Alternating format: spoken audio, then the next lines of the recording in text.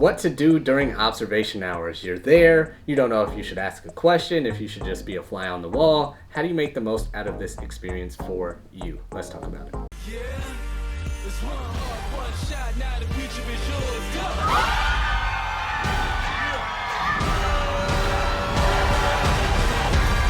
I'm turning dreams into reality. In the lab with the...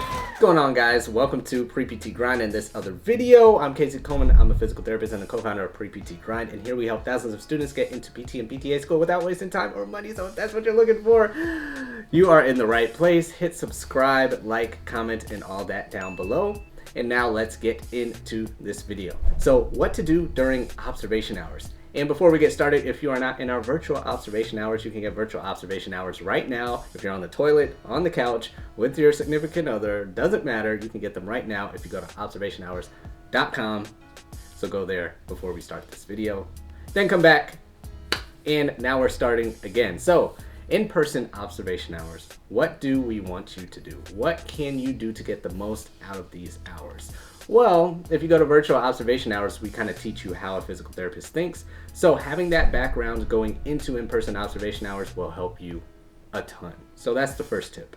Number two, I want you to be as interested as possible. Even if you don't know what the heck is going on, just show some sort of interest. Have some questions ready. Look at the poster and be like, what is that? You know, ask a patient their story. I don't care what it is. They're not expecting you to impress them and know everything. If you know the gracilis muscle, they're not going to be like, oh, you know the gracilis. No, they're not expecting that. They know you're a pre-PT. They've been a pre-PT before. They've done observation hours. They know what this is all about. So you don't have to impress them that way. How you want to impress them is just your overall curiosity, whether it's curiosity about the profession and the cons versus pros about the profession, the debt to income ratio, anything that you've heard about the profession, any classes that they took, why they chose physical therapy over other professions, or if it's something as complicated as, you know, a shoulder problem that a patient's dealing with, you can ask them about them. The biggest thing that I want you to do is just have that overall curiosity about what's going on with them and the patients. All right, so that's the next thing. Moving on to the next point. Now what I want you to do is just be observant. You're at observation hours. Do the observing. Be observant. Have observant hours. Don't call them observation hours. Call them observant hours. And what I want you to do while you're observing is, yes, pay attention to the patient and see what the physical therapist is doing and ask those questions, but observe your surroundings. Like as the business, as the hospital, as the clinic, wherever you're at, of what's going on. And if you see that the phone is just ringing off the hook but nobody can get it, take note of that.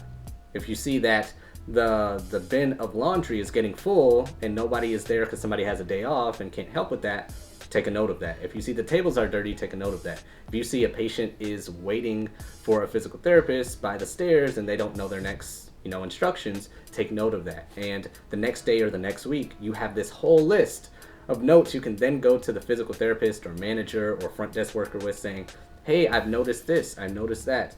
Is it appropriate for me to help with that? Do you need help with this? Where can I help you guys with the laundry? Just be observant of your surroundings and seek what you can help with.